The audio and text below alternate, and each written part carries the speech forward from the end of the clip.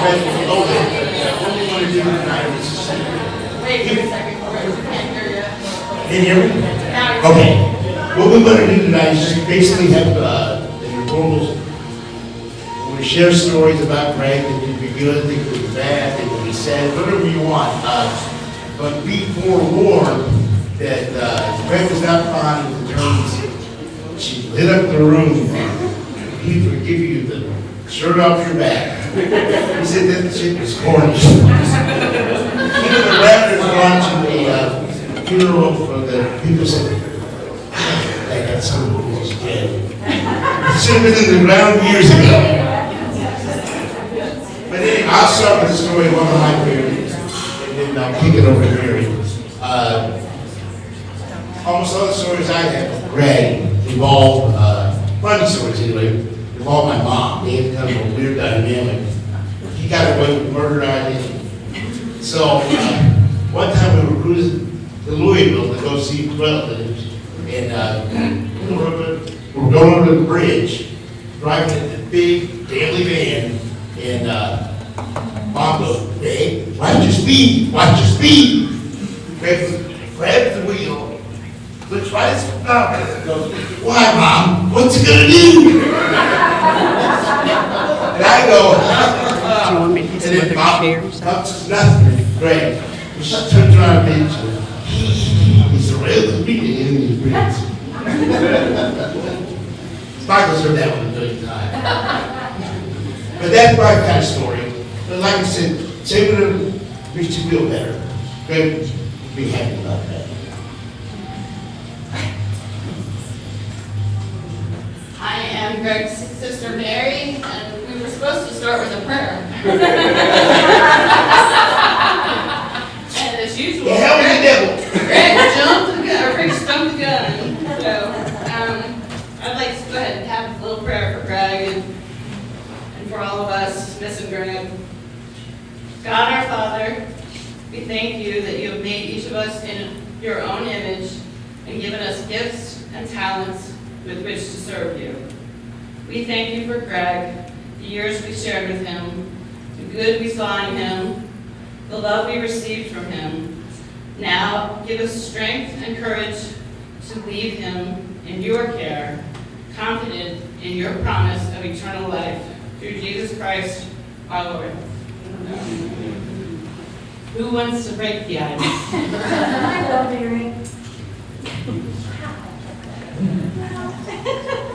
Debbie and I, my name is Mary too, and this is Debbie, and we are neighbors of Greg. In fact, when he moved into the condo, the loft, and then I was here and Debbie was there, and he was a sweetheart. And for me, what was really nice is that he liked sweets. So, Really? so whenever I would go, there's a bakery in town called Taylor's. I don't know if you all know that. I would go, whenever I would go to the bakery, I would buy Greg something. And they were jelly-filled donuts. Jelly-filled donuts. Another shocker. And one time, I bought him the Taylor's signature cake, which was what was that? Well, anyway, it was a signature cake. And I took it to him and I said, "Here, this is for you." And for no reason, you know, I just took those things. Next thing I know, he brings the whole cake to me. Oh my gosh, I don't need that. I started missing him right away when I found out he was not feeling well. But when he first moved in, he was very, very gregarious and told me all about the band and the music and all of that. And then, of course, I got very attached to Libby, and What was? Chloe. Chloe. Chloe? Chloe. And every time I got out, I was out, and Mary and by this time, and Briggs were sitting outside. Chloe, I think. Yes. Chloe, was it Chloe? Always ran down the steps and always ran towards me. He was the cutest dog. But anyway, I'm gonna miss him. And I told the realtor if she takes into account that she better sell it to somebody as nice as Greg. You know what I'm saying? All I'll say is when he was still feeling well, he always smelled amazing. Condo, and you could just smell him all the way around. And his hair was perfect. Very, very well. Would you like to say something?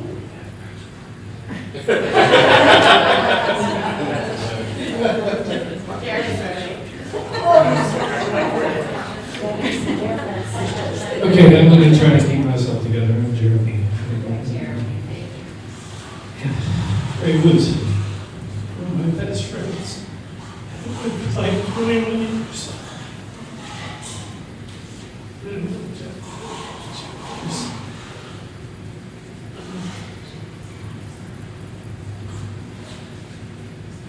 My friend, Tara, drove all the way from Columbus, Ohio, just to be here for me as my friend. They've never actually met him, so I'm going to need these. I've just had some really cool things happen since he passed.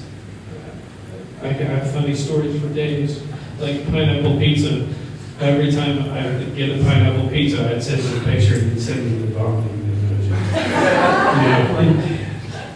I was like, come on, dude, you never tried it. He's like, I've never tried a cat turd on pizza either.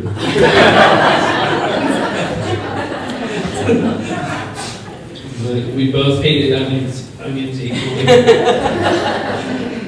We actually belonged to a I Hate Onions Facebook group. And then I saw a post for the Funyuns Mountain Dew, and I thought, man, if only I could send him that picture, he could just send me another ramen emoji. But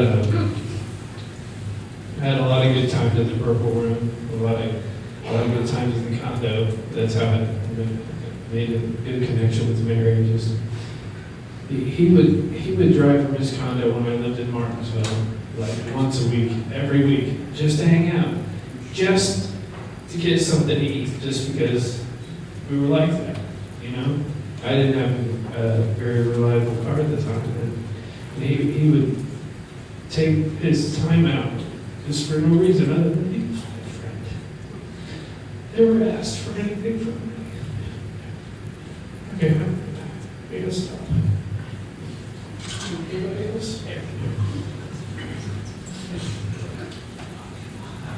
I'm Chris Dobson, GA, as I always call them, Omar and Greg, and all the nicknames. But for Jeremy, it's the same way, man. He never asked for a thing from people. And when I was a college, like freshman or sophomore or something, I heard that the studio opened up in my hometown of Avon. Mythical things to me. What is this? There's a recording studio, like what is going on? Scott was over there making a record. He said, come on over, man, it's fine. So I'm a little nervous, a little freaked out. I'm like, okay, it's a studio. And this is what I wanted to do. I wanted to make records. And GA just like, you know, the hair, the like rock and roll. We got incense going. There's Greg, he's Greg, right? And as you all know that knew him, like the most welcoming, warm, big teddy bear of a guy ever. Took the mythic scariness out of the studio right away from me. Made it approachable. Told me, come up here, man. Come, sit at the board, hang out, like, be here. And then we were working with a couple of buddies that wanted to make like I don't know if they were kidding or not. It's a good question. They wanted to make like a 90s R&B track. And so Greg was just like, yeah, man, let's do it. Let's do it right now. He's like, here, Chris, you produce. And he started having me just like step in. And then when I got out of college, Greg he was like, hey man, do you need like tracking space or anything? You want to come over and he's like, I've got an extra room. And he and Paula opened their home to me. And gave me a key and said, come and go as you please. And so we shared a tracking space, and he never asked for it. And again, what I experienced in that is that Greg made people's recordings, regardless of their artistic talent. And it really, but he never took for a ride. He made something that lasts forever for those people. And there's a foreverness in those recordings, and something that he taught me immensely as a producer and as a recording engineer, and as somebody who just helps other people, facilitates for other people. And that is just like, be there, be supportive, be encouraging. That's what Greg was. And he was just a wonderful mentor to me, and a wonderful friend. I miss him a lot. But those things he taught me, in the same way that those recordings that people will have for their whole lives, and will hand down to their children, and it's like, here's your grandmother singing. It doesn't matter if it's good, it's your grandmother. Right? And he made it as good as it could be, and that is the job. That is the job of a good engineer, that is the job of a good musician, a good music maker, and he was that. So, thank you all so much for being here to support everybody. Probably should have gone before Chris. Ah. So this mythical studio he's talking about, I want to point out, was in a garage. We sang in the shower. It was like a sound booth. We didn't like turn on the water or anything. So. But everything Chris said is right. I think he just wanted to make enough money to not get a real job. And that's what he did his whole life. He got to do what he wanted his entire life. There's probably not too many people in this room who can say that. So he did everything Chris said times 100. He's the nicest guy ever. Would charge you if you had money, if you needed to wait to sell your album, which he knew was probably not going to happen. He would still record your album and make it sound as good as possible. And with the rates he charged, we sometimes didn't get the best clients in there, talent-wise, but he still made it all sound great. So he was great. Just going to miss him.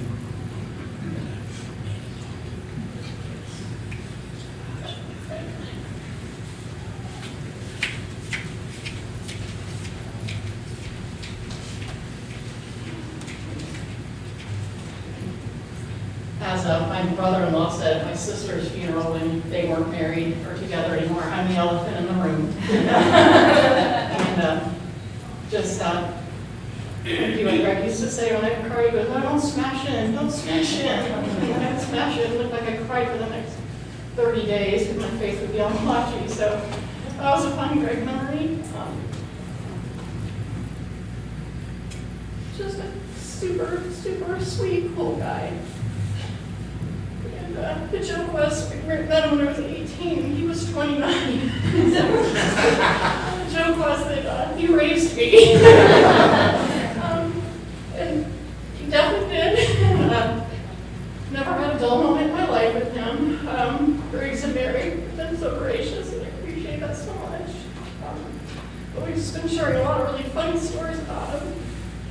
And one of my favorites that Briggs and he would tell is about when Greg was in Cub Scout or ROTC or one of those things, and he was up at Trader Point Church waiting to be picked up with a whole like scout. Briggs was It was Boy Scouts. Boy Scouts. Or maybe it was legal. I don't know. I never rose to a high level. Eagle Scout, not me. But Briggs was waiting for his ride. Of course, Greg, the older brother, was in the family's two-door Cutlass Supreme, you know, those big old sleds. And Briggs said he just came up Trader's Point, all the Cub Masters or whatever were out there, and the kids just started doing donuts.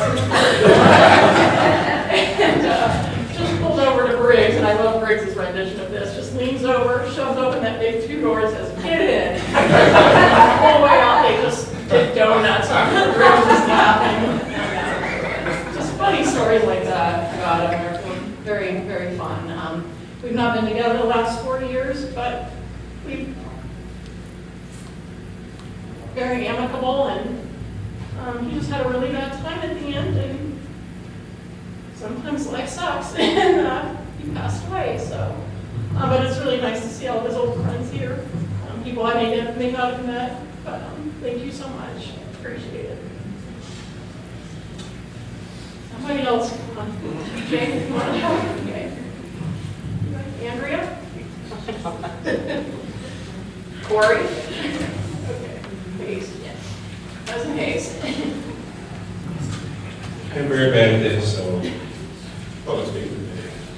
Anyway, so when you're looking up these pictures, I mean, this is like the history of my life too. I mean, you're somebody for such a long time. I hate doing this. Anyway, so when we were kids, Greg would come to Shelbyville and Mary and Briggs and stay, and they stayed at my grandparents' house on. My grandparents, my grandmother especially, was yay high and just, very judgmental. I mean, her thing when we were kids, she would bribe us like, whoever goes to sleep first gets a penny. That was a big thing. So I was scared to death of my grandmother. It's like, she was not the kind of, cookie kind of grandmother. You didn't go, she didn't let you get away with anything. She had a little area for toys, a little area for playing. I got in so much trouble with my grandmother whenever Greg came to town. All right, so one time Greg decided he wanted to go visit the funeral parlor. My grandparents lived just like 2 blocks away from, funeral parlor row in Shelbyville. So we went to, I was with Greg, we walked right up to the door and knocked on the door of the local funeral parlor. Now I'm just standing way back there like, what the heck are we doing? And he just hold you please, knocks on the door, they come to the door, and he goes, I want to look around. So we took a tour of the funeral parlor. He actually got into a casket. I was just totally no, there's just no way I'm doing that. Then we went through and took the entire tour of the thing and came back. And then we went and took these aluminum cans that, I guess they worked good. Back, they were like much sturdier than they are now. The old cans that people drink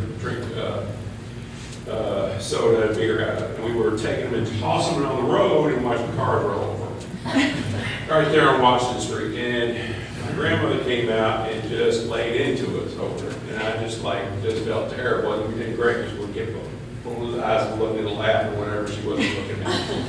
So, but he managed to get me in trouble several times. I'm definitely going to miss him. He had an enthusiasm for life that was pretty unique. So, anyone else? Thank you. My name is Christina, and I am my dad's, Jeremy's daughter. I called Greg Omar since I was little, and he, like they were talking about the recording studio, had a great appreciation for all musicians, even ones that stunk really bad. And him and my dad came to every single show choir and concert choir concert that I had, so I knew that I could always count on my dad being there, and I could always count on Omar being there, and he always showed up in usually a white leather jacket.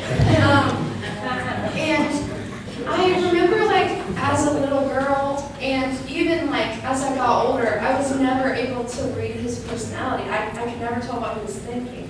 I was like, okay, is he joking? Is he being serious? And I could never tell, but I knew that I could always count on him to be there for my dad. And when I was in about, I think, 5th or 6th grade, our family was going through a really hard time, and someone in our family was really just struggling. And it was a situation that no one would volunteer to sign up for.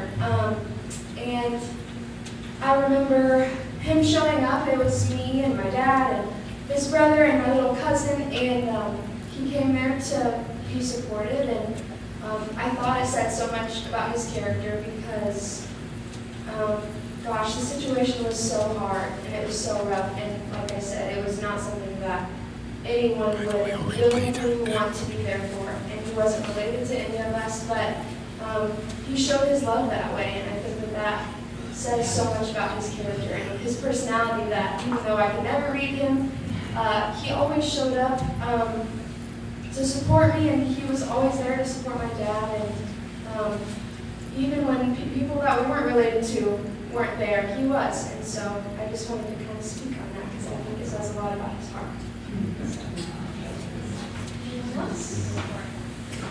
How about he's a common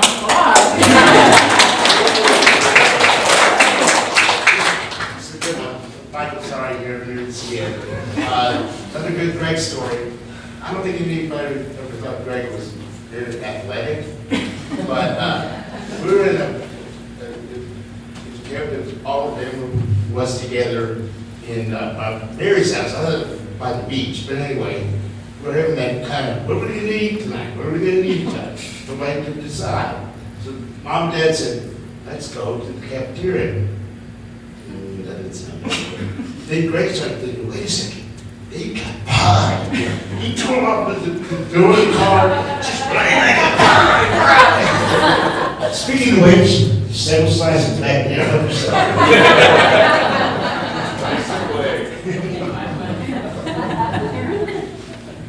And then right, really is fine.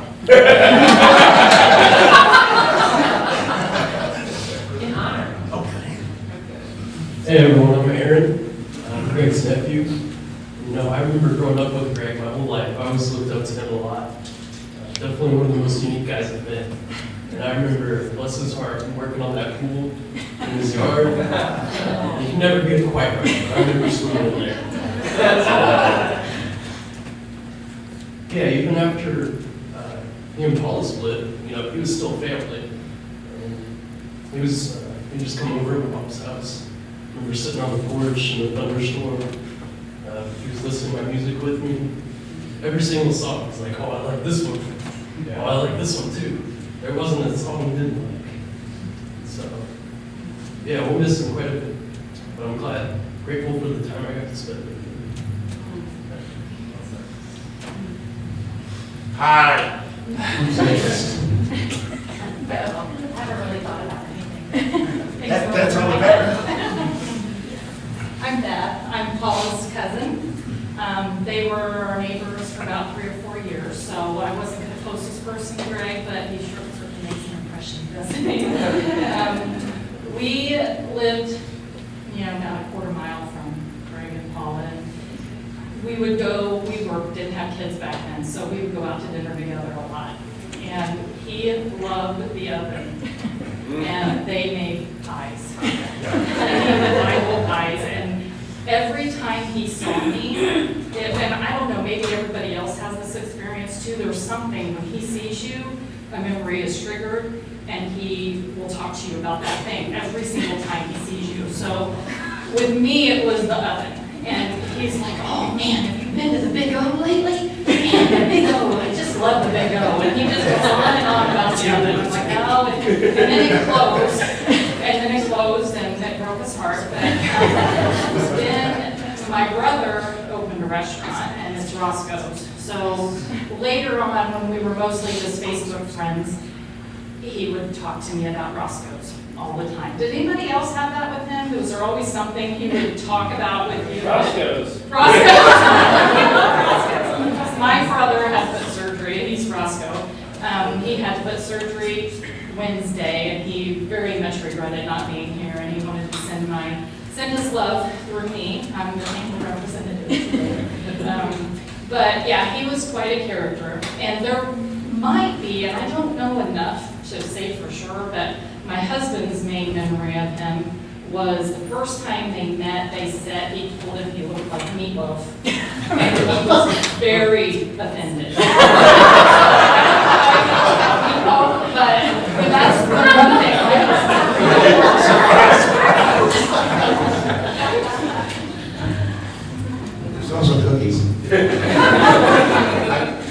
Anybody else? Oh, we got the big tag team. It's a tag team. It's a tag team. There you go. I'm starting, okay. So I'm Annette Cody, and this is Andrea Wiley. Who are you? And I was one of the adopted kids at the Wiley house, and I feel like Greg was one of the adopted kids at the Wiley house because of her older brother. So I know I knew him when I was much younger, but then when I was in college, I dated him for a few years. And loved him. And one of my favorite memories of him, when I was dating him, I was working at St. Vincent's as a nurse practitioner, a nurse apprentice, and I was there until 10 p.m. or 10:30 at night. And after that, I can't remember if I drove or who would pick me up, but we would go to the new Kroger at 86th and Township Line that he called Kroger, Indiana. Because it was like the biggest Kroger ever anywhere. And we would get ice cream, and then we would go back to our house, and my brothers,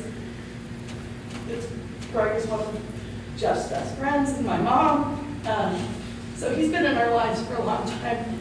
So we would go back to the house and we would watch some stupid movie together. And I think there was a summer that we watched Vacation with about 100 times. And Greg would do the bit where Brian Doyle Murray is asking them to give them an address because they're staying at the campsite. And they said, well, why don't we give our address? And he spits this watermelon seed into the handkerchief, and he said, we'd like to send out a mailer. And Greg would always do that. We'd like to send out a mailer. So, and that's one of my fondest memories because I spent it with my brother and with Greg, and he's always kind of been in my life because he's stayed good friends with my brother. So my brother and I both made the picture board. I mean, I understand why Jeff did, but I'll miss him a lot. So yeah, you No, I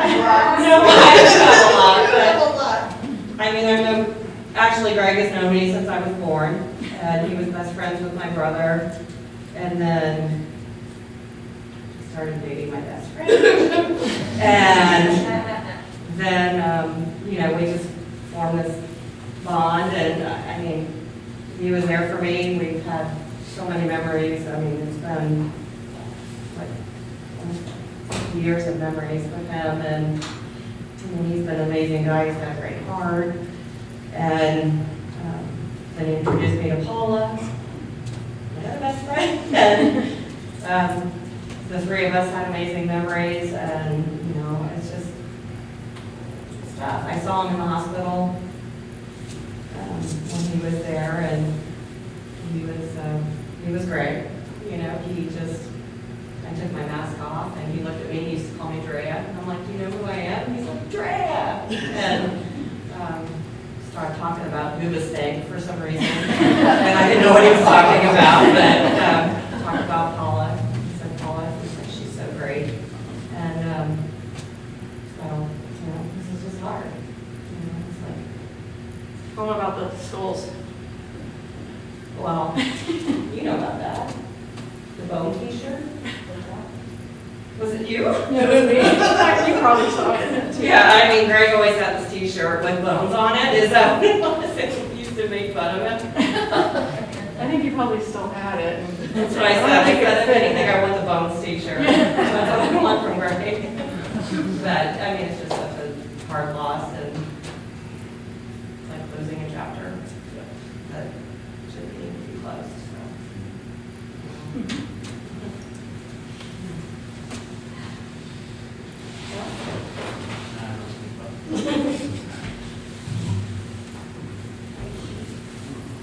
Or you gotta have one more good stunt where you do the whole skit and act it out. Oh, well, I'm not gonna put you on the spot I though. could play the Avon Joe thing I put that together. might be better than what we have to do. Yeah. Would you want me Well, yeah, he's got, he's a bit, he's Avon Joe, podcast. He's the story, I can explain it. Oh, Yeah. I'm Years ago, the music station that Greg worked at had a radio show where he had this character named Avon Joe. I don't know how many people have heard it. I know Paula has, I know Mary has, and my mom has, and I think I showed it to my daughter, maybe. I'm gonna go ahead, it's about 9 minutes long. It was an hour-long show, and I took all the clips of him saying funny stuff and put them together. You guys are gonna love this. Oh, that's awesome.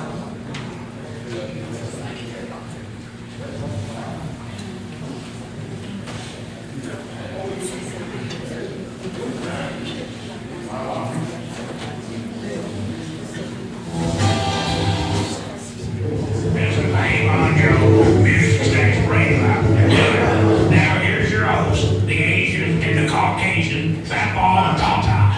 Thank you very much, Avon. Wow. Unbelievable. That's Avon Joe. I've never been called a Caucasian. I've never been called an Asian, so He doesn't have that right. it's all right. Avon Joe, for the first time ever, is joining us live right here in the studio. Thanks for being here, Avon Joe. It's a pleasure and an honor to be out of Hendricks County. Okay, please sit down, Avon Joe.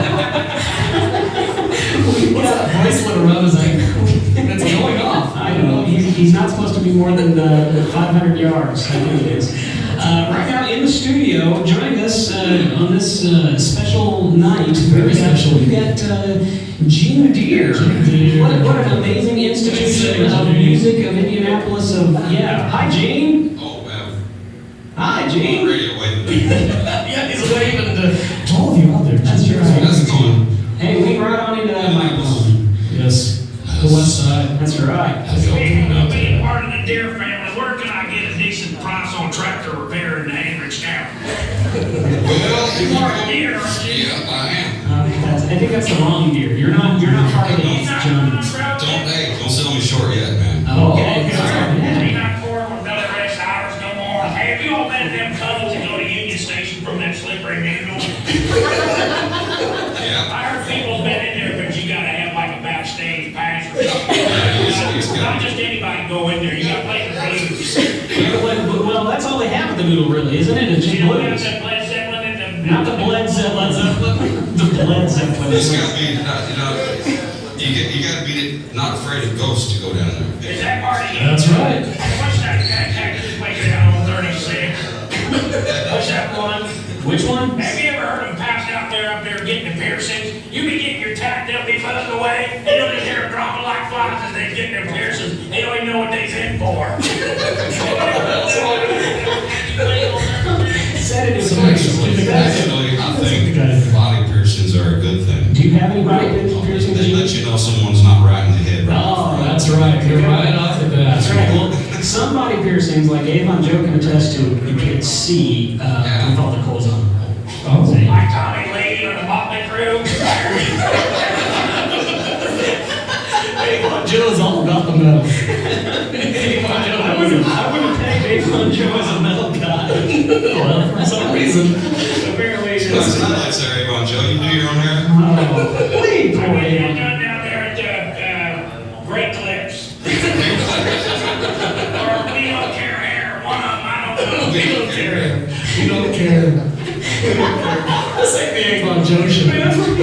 My face is hurting. I just got 3 wisdom teeth removed and I can't laugh. Oh, this hurts. You still have your wisdom teeth? Hey, you play any, ain't seen you. Hey, you play that Mustang salad. Blues classic. Folk salad, Andy. Old salad. Thank you. Well, that's like both. He's very appreciative. That's I right. appreciate it. Well, we wanted you to feel at home, so. Do we need to go get your oxygen That tank? was my wedding song. Mustang salad, I appreciate that very much.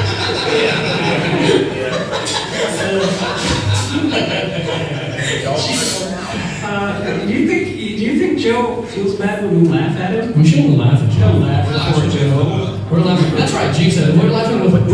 Near him. Very close to it.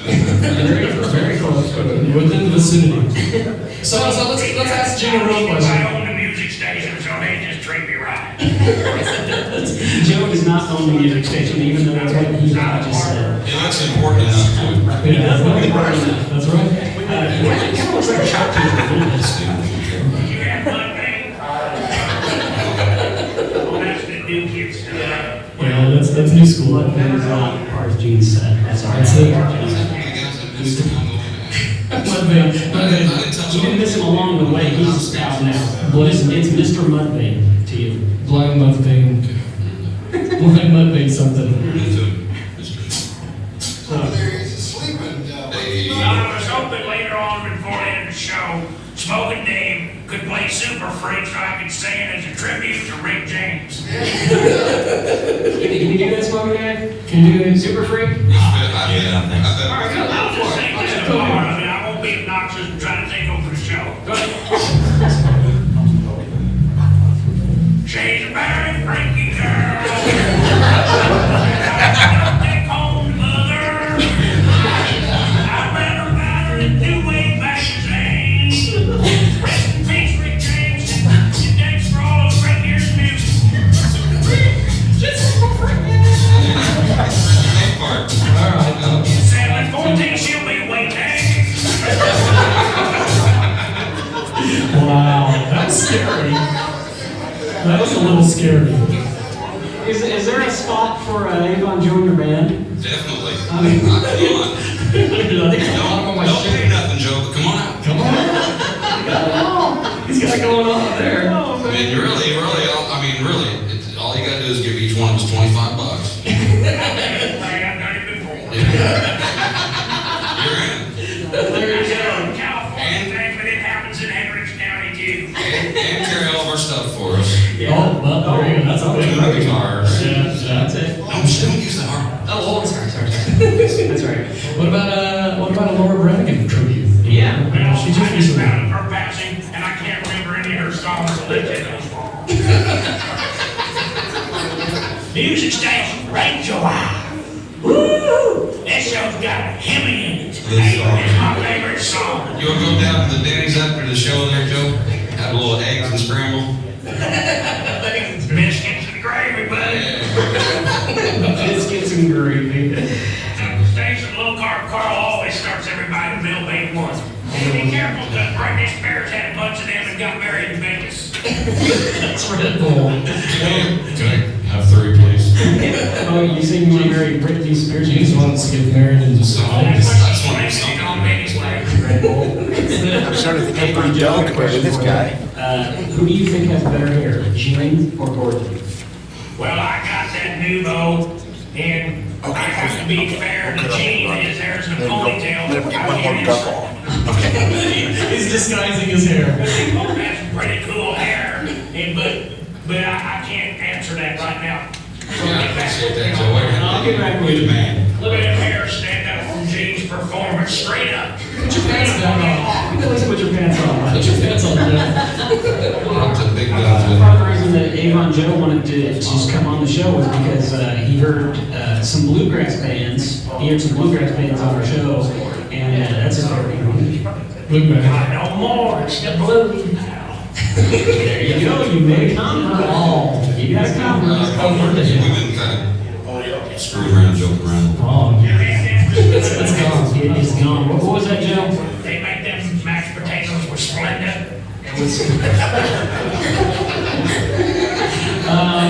yeah, for the sweetened mashed potatoes, I guess it is. What was that? So they was more milk for the retire. It's this. You're on Joe's website. Yeah, what's it? Yeah, Avon Joe's got a website. Okay, are you ready? Yeah. Okay, go ahead. It's been simplified. Now it is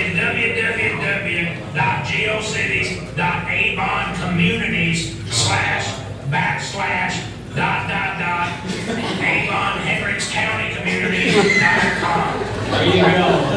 If you want to get a hold of Avon Joe. Thinks it was too long before I slowly got simplified. It's always going to simplify.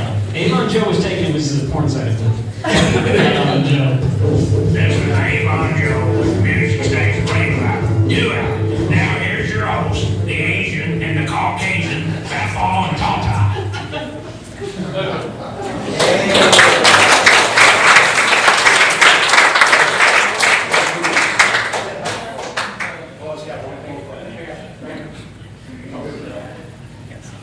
Paul's got one more story, hopefully you'll ever mind.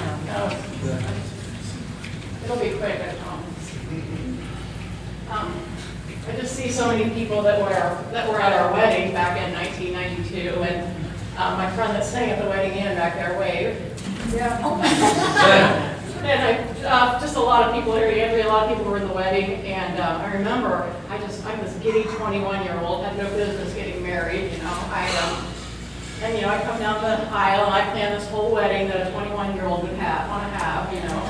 And I remember Ann singing the wedding song, you know, that, go ahead and sing it, what is it? And it was beautiful, but she asked me, you know, do you want to do all verses? I'm like, yeah. And I just remember the video afterwards, and she's singing. He looks over like Jeff, Briggs, Dave, and whoever else is in the wedding. Sorry if I missed somebody. And I'm over there like, looking at him. He's going, he just looks over at them, and he just. I just remember seeing that in later years and just laughing so hard because he was just like, oh, just end. It was 100 degrees in that church, too. So, anybody else? You know, I'll say one thing. I say thank you.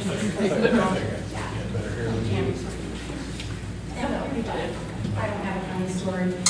So I'm Ann, the wedding singer. And I said it differently. I said, are you sure, Paula, you want me to do all these? Are you sure? And she just kept saying, yes, and you just do what God wants you to do. Greg was miserable. I was miserable.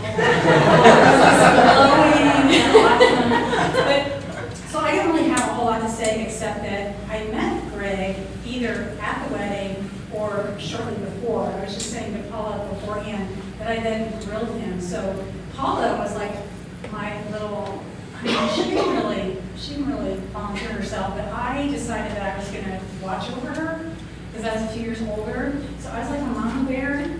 And when this whole scenario started, I was really worried about her. She was young, and I thought, this can't be good, he's older. And so I went to their apartment. What I remember is going to their apartment, and I grilled him for like 90 minutes. I mean, I had to be painful for him. But I was just asking. And I just flat out said, I'm really worried, and you better not hurt that girl. And, you know, anyway. But he ended up being this most, as you all said, just beautiful, beautiful souls. And so I watched their marriage through the years, and I just was always grateful that she made such a good choice, and that he made such a good choice. And he did raise her, but you know, she raised him too. And then when I had a daughter, he was awesome, and she only knows him as Omar. And he took care of our little dog. And the day our dog died, I was just remembering, he started posting pictures on Facebook. And she was broken heart, Cornelius, yeah. I mean, she didn't think she was going to live. And he, even after all these years, he was like, oh, let me just pull up some pictures of Cornelius. And I just think that's, again, another sign of what a beautiful spirit Omar will always give you. So, thanks. Let's go. This last week, we did some research around town, in-depth research of bars. Figured out where we'd like to go to have a drink afterwards. And kind of roll the dice. We're all going to Brothers. We'd be happy in a garden like the chickens. If that doesn't work, we'll find another hole.